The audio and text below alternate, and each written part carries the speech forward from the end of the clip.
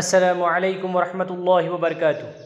दीनियात secondary course for 6th class student. दर्स कुरान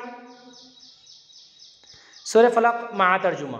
सूरह फलक मा तर्जुमा हम इससे पहले पढ़ चुके हैं। अब सूरह फलक की कीमती नसीहत, सबक नंबर 11, सूरह फलक की कीमती नसीहत। बिस्मिल्लाहिर्रहमानिर्रहीम। इस दुनिया में इंसान जहाँ एक तरफ बहुत से ख़तरात और आफात में घिरा हुआ है, वहीं दूसरी तरफ इंसानों ही में से कुछ लोग हसद और जलन के मारे हर वक्त इसको नुकसान और तकलीफ़ पहुंचाने में लगे रहते हैं। इस दुनिया में इंसान जहां एक तरफ बहुत से ख़तरात और आफात में घिरा हुआ है, वहीं दूसरी तरफ इंसानों ही में से कुछ लोग हसद और जलन के मारे हर वक्त इसको नुकसान और तकलीफ़ पहुंचाने में लगे रहते हैं। इन तमाम शरूर व आफात से बचने के लिए इंसान को चाहिए कि किसी ऐसी ज़ात की पनाह और हिफाजत में चला जाए जो सबसे ज़्यादा ताकत व कुदरत वाली हो और तमाम शरूर व आफात को दफ़ा और ख़त्म करने की सलाहियत इसमें मौजूद हो। तमाम शरूर व आफात को दफ़ा और ख़त्म करने की सलाहियत इसमें मौजूद हो। बिलाशुबा ऐसी ज़ात सिर्फ़ अल्लाह तबारक व तआला ही की है। इसकी हिफाजत में चले जाने के बाद दुनिया की कोई ताकत इसको नुकसान नहीं पहुंचा सकती। दुनिया की कोई ताकत इसका कुछ नहीं बिगाड़ सकती। अल्लाह ताला की हिफाजत में जो बंदा चला जाता है तो अल्लाह ताला उसकी हिफाजत का ज़िम्मा हो जाता है। अल्लाह ताला उसकी हिफाजत में फ़रिश्तों को लगा देते हैं कि हमारे हर वक्त ये हिफाजत के फ़रिश्ते अलग हैं, लेकिन हम अल्लाह के हिफाजत में जाएंगे तो। इस सूरत में 4 चीज़ों से अल्लाह ताला की पनाह चाही गई है। इस सूरत में 4 चीज़ों से अल्लाह ताला की पनाह चाही गई है।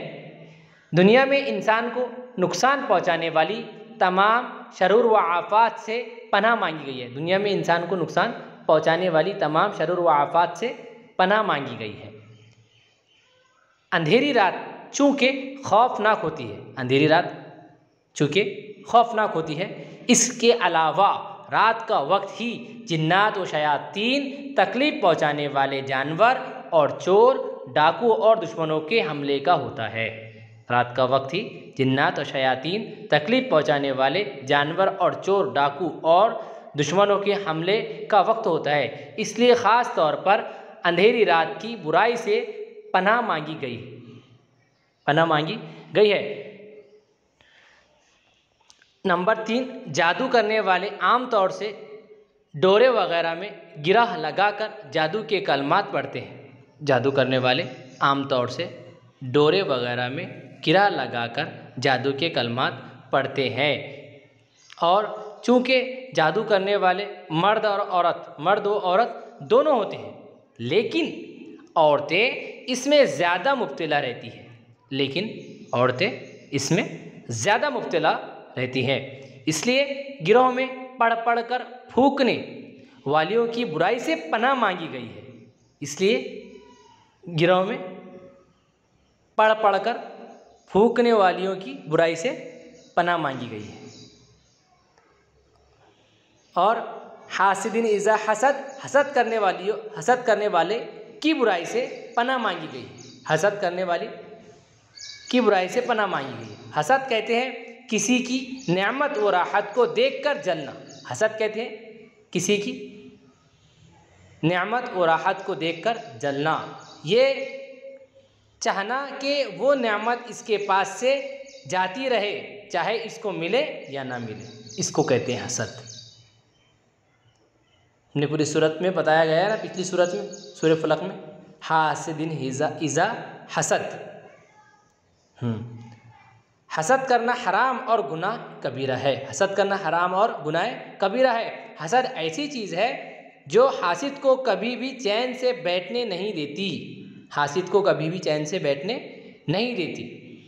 और हासिद हर वक्त नुकसान व तकलीफ़ पहुँचाने की फ़िक्र व कोशिश में लगा रहता है। हासिद हर वक्त नुकसान वो तकलीफ़ पहुँचाने की फ़िक्र व कोशिश में लगा रहता है।